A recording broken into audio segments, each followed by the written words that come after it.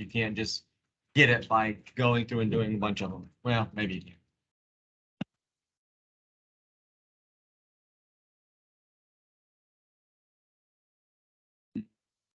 Fire joined, sharing, and oh, I'm recording already. All right. And that's not it. All right, so I object. There is a type of reasoning, a type of logic that we just use that is based on patterns. And we did a bunch of different little individual things. Conjecture was part of it. But that whole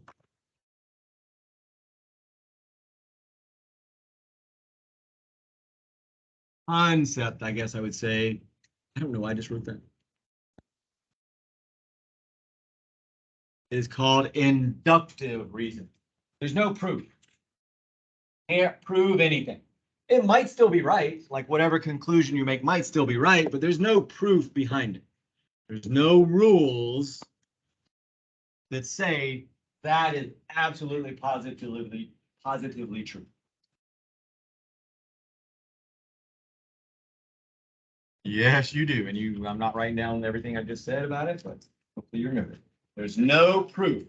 There's just observation, patterns, things that you are seeing that would make logical sense that you're correct, but that doesn't mean that it's correct for sure. There's no proof that you can say, yes, I can show you for sure this is correct. Is it inductive reasoning or just inductive? Inductive reasoning, logic, all the same thing. Inductive is the word you know, no proof. Now today we're learning this one. And it's actually, oh, get your book pages out too. You've torn these pages out. Most of this will be like all the stuff on deductive is in there. We are doing this one today and only today. Although it'll come into play in the next lesson, which is really the big lesson. Is it 137? I know these pages are like 130. 152. These pages are in the high 130. Actually, I'm sorry. These pages maybe even in the 140s. 137 to. I know these pages are in the 140s. I don't know what starting page you had, so just make sure they go all the way up to like 152 or something like that. Yeah. I don't think I still have it written. Oh yeah, right here. 135 to 152 is what you pulled out. What page does it start on? 125.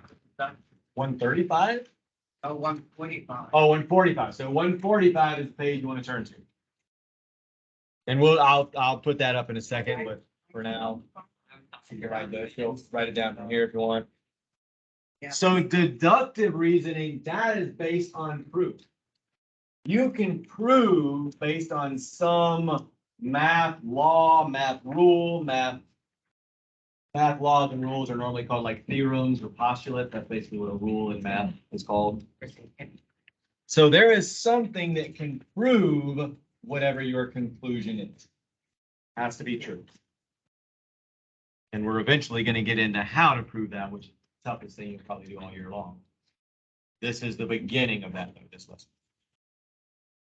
All right, so let's go ahead and go to the book, which is where? Oh, all right, so 145. Okay. All right, so deductive reasoning, I already kind of gave you the definition. It can be proved. We can use some kind of math, rule, logic, math, and theorem, principles in math that will be able to prove whatever it is that we're talking about. And there's an infinite number of ways you can do this. It just depends on what part of math you're talking about. You can do these things with algebra concepts, you can do them with geometry, all kind of concepts. So now I've already done the definition, but you can kind of read the definition real quick, highlight where it is in case you need to come back to it. We're going to kind of just move into the examples now. Yeah, page 145 is where I'm at. Whatever, if you ever get lost, the page matches up. You should kind of remember that now, but that's the page you would be on in your pages. All right, so if we have, oh shoot, I gotta talk about the quiz. I'll talk about the quiz next class. Quizzes are graded. They're not in focus yet, but they will be by probably 3 o'clock. I'll do it after class, after the school day. They were not as good as I would have hoped. Very few people didn't pass, but there was only one 100 out of all the classes. There was one problem that almost everybody missed. And then some of the 2 or 3 people that got it right out of those 2 or 3, a couple of them missed something else. So I'm going to go over it next class. We got to get through today pretty fast. All right. So in this situation, this is a rule called law of detachment. Again, you don't have to write anything down. It's right there in your notes. This would be an example of a rule. If we say that something kind of equals, but we're saying if this is going to happen, if P, then Q, then we're saying, oh, that's actually not, I thought it was. Huh.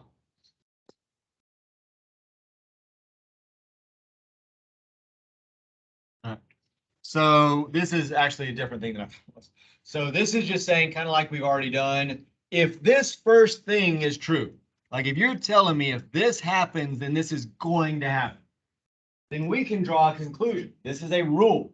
This is the rule right here. If this first thing happens, then this second thing is going to happen. That's an example of a rule.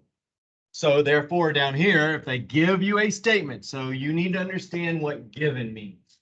Write this down. If you want to just write it in that little box, that's fine. If you want to write your separate note, a given statement is true.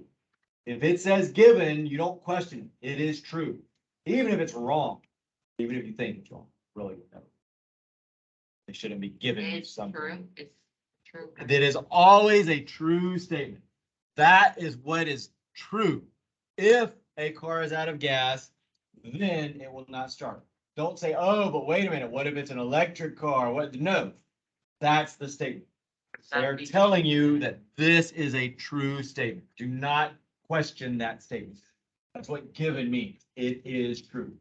And that will be for the next week or two. We're going to deal with given statements when we do proofs. Even if the car is battery. It doesn't matter. Doesn't matter. That's why I'm telling you that, because I knew some people. Oh, no, that is a true statement. Even if you think it's not true, even if you can prove it's not true, we are not disproving a given statement ever. Don't try to do that. I said you try to say the electric car thing, that would be changing to something, because it's not gas. Well, this just says if a car is out of gas. Yeah, Doesn't say it and is you a say, gas like, car. Well, electric cars. Again, we're not changing this. Well, some electric cars have gas. So you might still be able, anyway, we're getting off topic. So in this case, I got no time for distractions, Chavio, but if you need to move over here to stay out of trouble, I'd do it now. I asked him a question. I'm just saying, I got no time for distractions. I'm not mad at you. I'm just letting you know. I don't have time to keep saying shh today. Sometimes I do, not today. So if Sarah's car is out of gas, or it tells you, again, they're telling you Sarah's car is out of gas, well, based on this true statement, knowing that this first part is true, this has to be true. Because we just said, if the car is out of gas, it won't start. That's a given true statement. We know this car is out of gas. Therefore, it will not start. So that's called the law of detachment. I'm never going to ask you, is this, now they might on the district test, they might say, is this question based on the law of detachment? I don't know. I don't see the district test. I have no idea if they're going to expect you to remember that stuff. I'm not going to. A lot of what I ask you will just be logic. If you're good at logic, if you follow the logic, then you're going to be in pretty good shape on this lesson. Proofs is still difficult no matter what when we get into that. We already talked about what inductive and deductive is. So now I want you guys, hate the way they do this really. Try to tell me if each statement is inductive or deductive reasoning. So there's 1, 2, looks like just 2, A and B. Kind of gives you pretty big hints in there.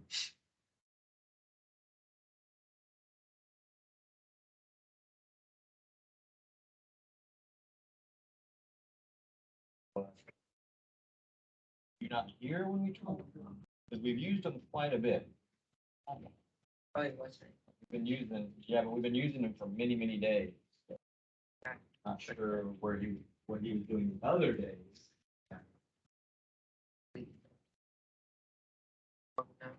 But yeah, I'll give you a minute. You gotta read through the problem itself, but there's a big hint that they give you in those two things, so pretty much tell you the answer.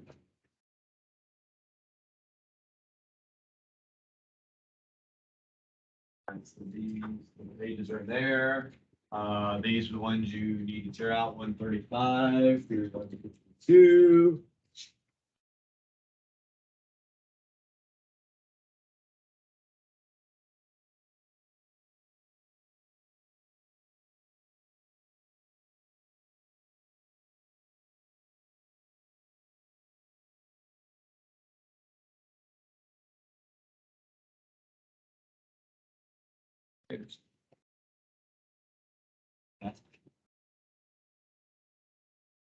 All right, wrap it up, 30 seconds. Oh, question? Oh, you don't have them either? What did you guys do? We've been using these pages for like a week and a half. That's what I'm saying. What have you been doing for the last week and a half? We tore these out a week and a half ago. It's not like we just did it. You've been here since we tore them out. What you guys have been using. All right. Well, that's kind of my point is apparently we haven't been using the notes or anything that we should have been using. So in this first problem, there's a big hint. If you can't, I'm just shooting you. So if we are basing this on now, if it's about math, it's more about rules and postulates and theorems. Those are what math rules are, postulates and theorems. If it's not about math and it's more like a real life scenario, we still could say rules, laws. We could say policies, procedures. This one's more of a policy, which they tell you. So what would you say in this one? Is this an inductive? Raise your hand if you think inductive. Think it's based on just observation. Raise your hand if you think deductive. Yeah, a policy is a rule. So it would be deductive in it. Deductive reasoning. I'm assuming that's the drop down. I haven't even. Yeah. So deductive. It is a policy. Policy is like a rule. Now again, they may never collect. They may never get the $2, but he owes them $2 because that happened. All right. What about B? Raise your hand if you think that's inductive reasoning. Raise your hand if you think it's deductive reasoning. Deductive. Well, I said inductive first, so raise your hand if you think it's inductive. Actually, tell you what, let's do it this way. Hopefully you know the answer to your right hand. If you think it's inductive, put your right hand up. If you think it's deductive, put your left hand up. That way I make sure everybody answers. Inductive, inductive. Andrew, what you got? Inductive is right hand. Deductive is left hand. Need a hand. You're just taking a guess. All right, so is this based on observation? Or is it based on rules? I guess it's talking about rules. Is this based on a rule? Is there a rule that when she wears a shirt, the other team has to win? No rule for that. Of course there's no rule. So if it is not based on rules, then it's inductive reasoning.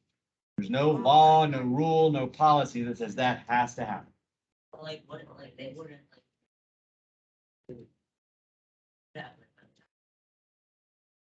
Well, again, if you know that it absolutely has to be true, that there's no way, even if you can't really think of the law or the policy behind it, normally that's going to be deductive.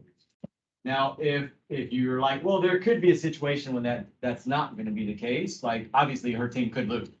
So if you can say, well, yeah, her team might lose, then that's definitely not deductive. That's just, you're just making your best guess kind of. That's really more superstition than anything else. So that's the simple version. So it gets a lot trickier than those, but that's really what we're dealing with moving forward is going to be the deductive stuff, not the inductive, because we did that in the last chapter. All that stuff was, or most of that stuff, a lot of that stuff was based on just observation. I guess you got more. So Paige, go ahead and look at for 146. Same thing. So A and B, do both of those. Then we'll get to the, yeah, that's the law of detachment I was thinking. So do A and B on 146, very next page.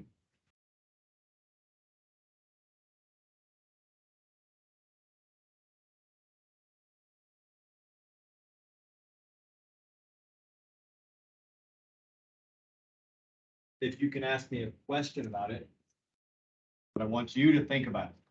This is, I'm sorry. So what are you looking for? In A, what are we looking for? It needs to be, for it to be deductive, it needs to be based on what? Well, a law, like a law, a rule, something that is we know is true. So kind of has the answer right there in the beginning of the sentence. That A based on those things. Hmm? Wait, which one are you on? Are you on page 146? Okay. What's the first part say? Are you in the wrong book? Please tell me.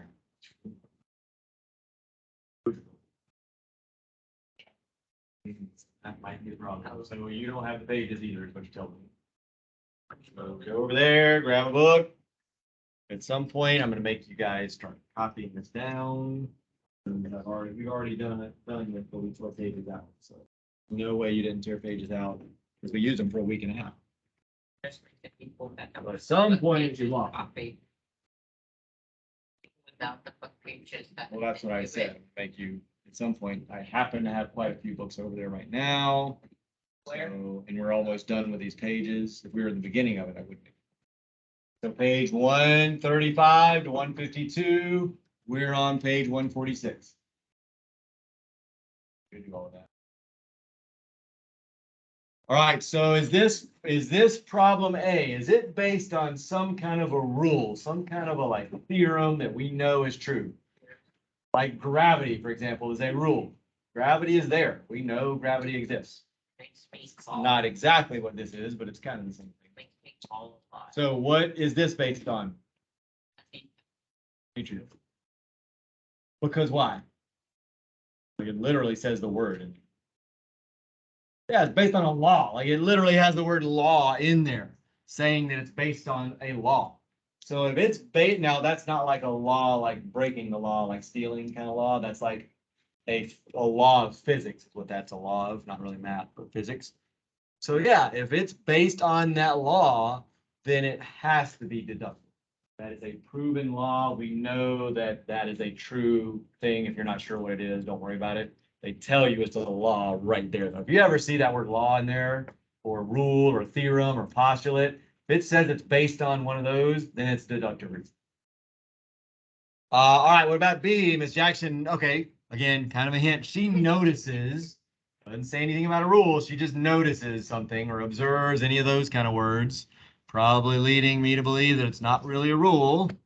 So family's data usage is increasing by approximately 2,500 megabytes. So she concludes that her family's data usage next month will be 20. So again, there's no rule that says that has to be true. It may go down. It may go up by more than that. Yeah. That is not based on a rule. So what is B?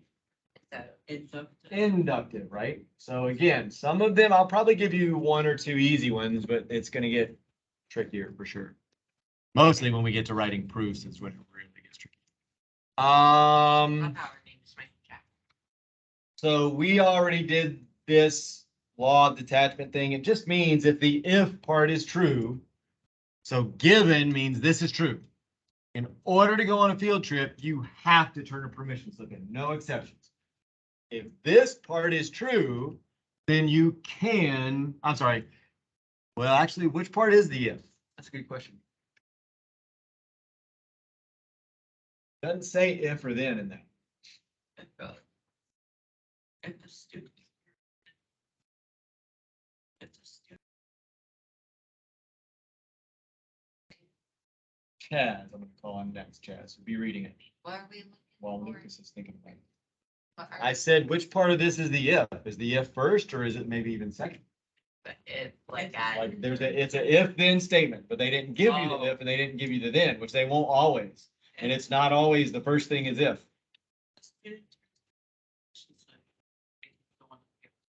So I could argue that that's the case, right? I could argue that the if is actually the second part. If a student turns in a permission slip, then they can go on field trip. But couldn't I argue something else? Chaz, what else could I argue?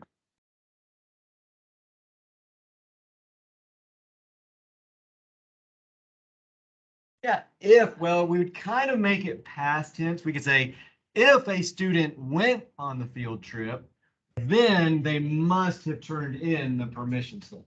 So again, it gets trickier and you gotta start thinking about different options on some of them. But it kind of then depends on what they ask you, like which part they're asking you about. I won't make it super difficult on mine, but just on the district one, they will. So, wait.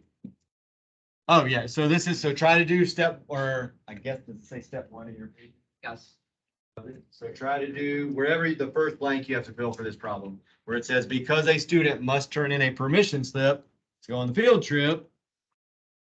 Fill out, finish the rest of it. So they're telling us the if, by the way, because the if is always the P, the then is the Q.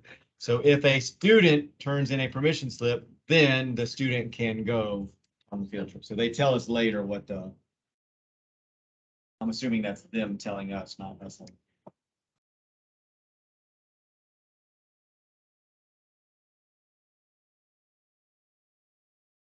And they kind of tell you, if you just know what P stands for, they tell you, oh, here are your options. I guess you don't have an option. One of those two. oh, Yeah, sorry about that. I was gonna be like, How much everything. geometry is supposed to be shapes, lines, these stuff? Well, proofs is a big, like, you don't have the pacing guide. I used to keep it up in the roof. The pacing guide that they give us, proofs is like 2 or 3 weeks of the class, which is a lot. We haven't done anything for more than really 2 or 3 days. Proofs is 2 or 3 weeks, because you can do a proof for every different subject. We can do proofs for angles, we can do proofs for parallel lines, we can do proofs for triangles, we can do proofs for there's another one that they have in there, I forget.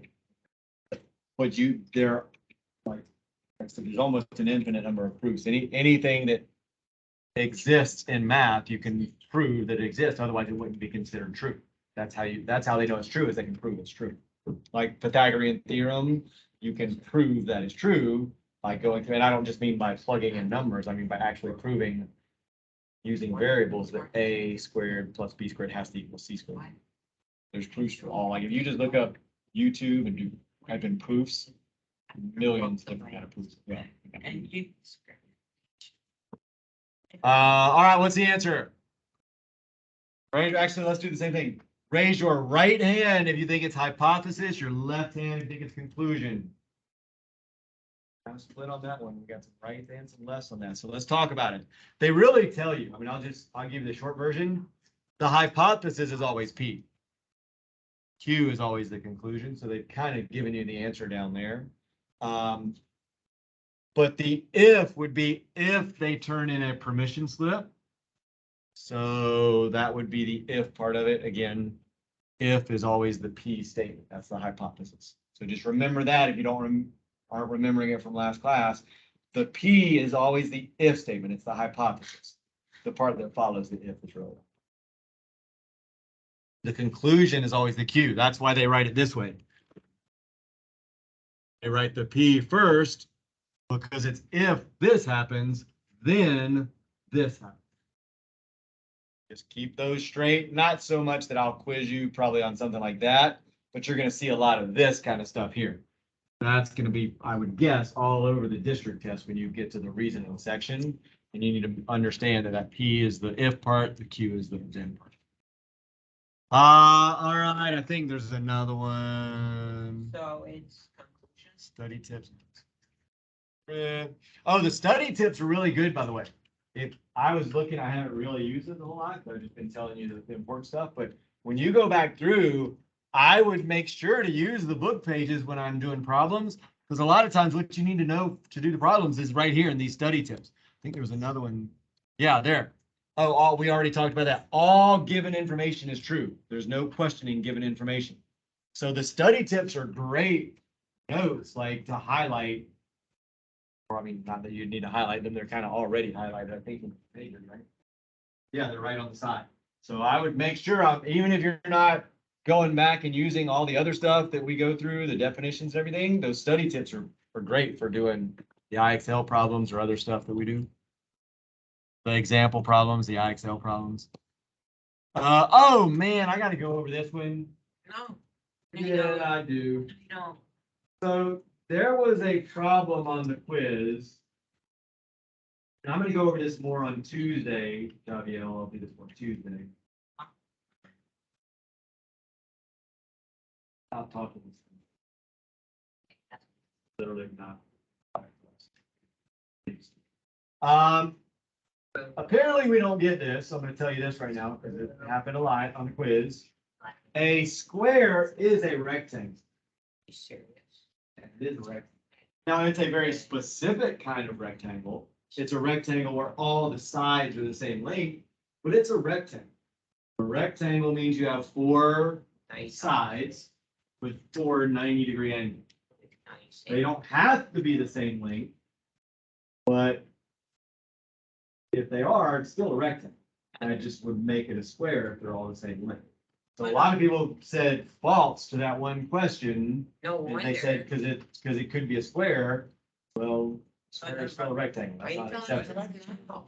Because you're supposed to know a square is a rectangle. I've actually told you that. But a before. rectangle not be two sides. No, it's three-dimensional or it's two-dimensional. And a square is a rectangle, but a rectangle doesn't have to be a square. There are other kind of rectangles. But a square is always a rectangle. If you put that, I didn't actually count off for it because according to your thinking, if it wasn't, and if you put that as the counter example, you still kind of got the geometry concept correct when it came to reasoning. But you need to understand a square is a rectangle. I wouldn't be surprised if there's something about that on the district test for your midterm, and you need to understand that. It's a square. But what if they are prisms, this is like the same thing? No, that's a three-dimensional figure. Because squares and rectangles are two-dimensional. They're flat. Yeah, I right? know, but if they were 3D, like a cube and a rectangular prism, would that be then the again- same thing? Yes, yeah, a Okay. cube is still a rectangular prism, correct. It just Okay. happens to have all the sides the same. That's what it is. Yes, that's correct. So here's an example that actually we were doing this one. So for this particular question, boy, we're gonna just go to practice. Yeah, we'll just go to practice in about 3 minutes. So again, if a figure is a square, then it is a polygon. That is a given. That is true. If a figure is a square, then it is what's called a polygon. If you don't know what that means, don't worry about it right now. So now.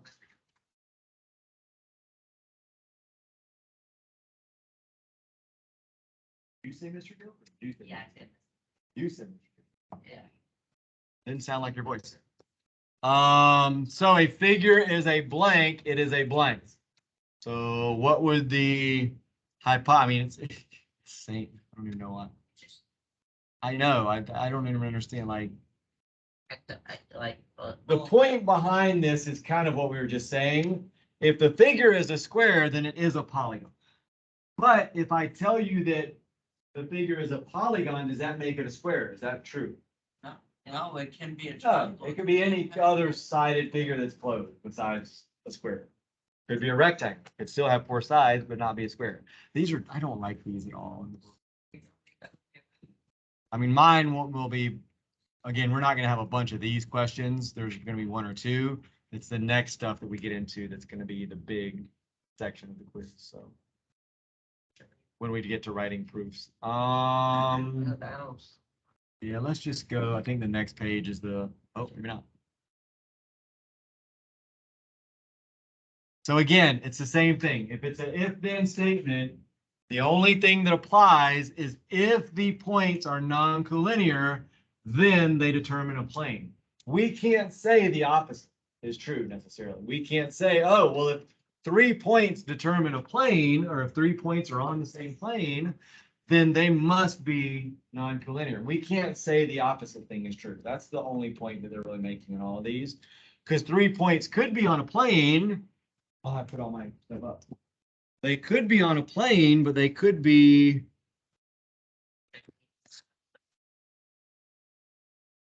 supposed to be a straight line. So here, this is a plane. This paper is a plane. I just put 3 points on the plane, but those are collinear. So just because they are on a plane doesn't mean that they are non-collinear. They could be in a straight line.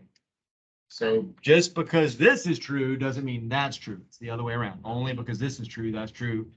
Like I said, it's just kind of logic, but just be careful a little bit on it. Oh, I hate this. You may skip.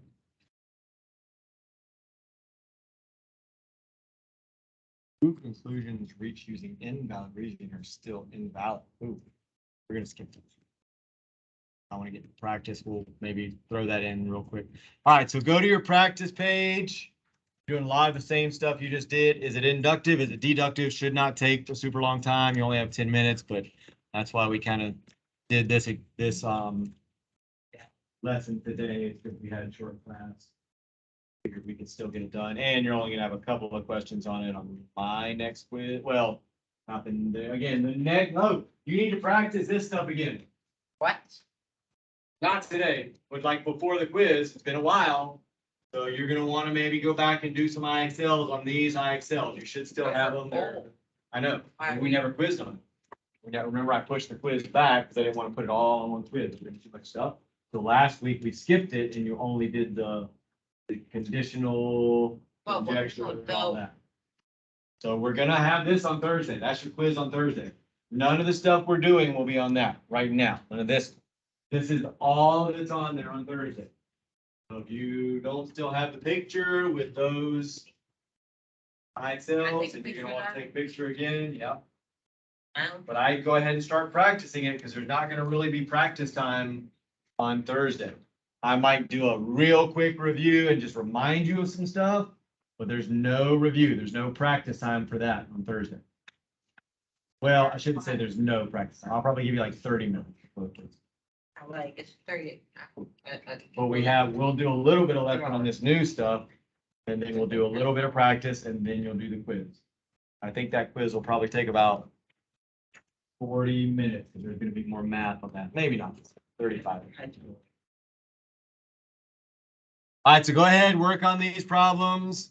If you're really struggling to come up with the correct answers on inductive or deductive, if it's asking you about valid, just do your best on the ones that say valid. We'll touch on that again in the next class tomorrow. I'm not super concerned about that.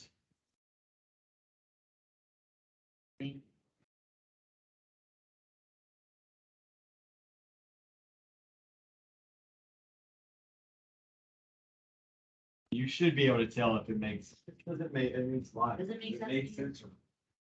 Sometimes it doesn't. Sometimes, Claudio, you do, sometimes you don't. Mostly you don't. That's Mostly you don't. targeted. It's really targeted. What do you say? Targeted against. No, it's not that. Dimitri is sick. Do you have siblings that go here, Dimitri? You do or you don't? What? Do you have siblings that go here? No. Oh, yeah. One of the flag football girls you left. I didn't think you were. There's a bunch of twins like Smith. Smith recruited common wins pretty common like. Yeah. I like how he won the examples, B on Right. before the one we just did, for example, to law in the attachment. Speak to Mrs. Jackson. Mrs. Jackson. This is Jackson. Well, that's pretty common last name also.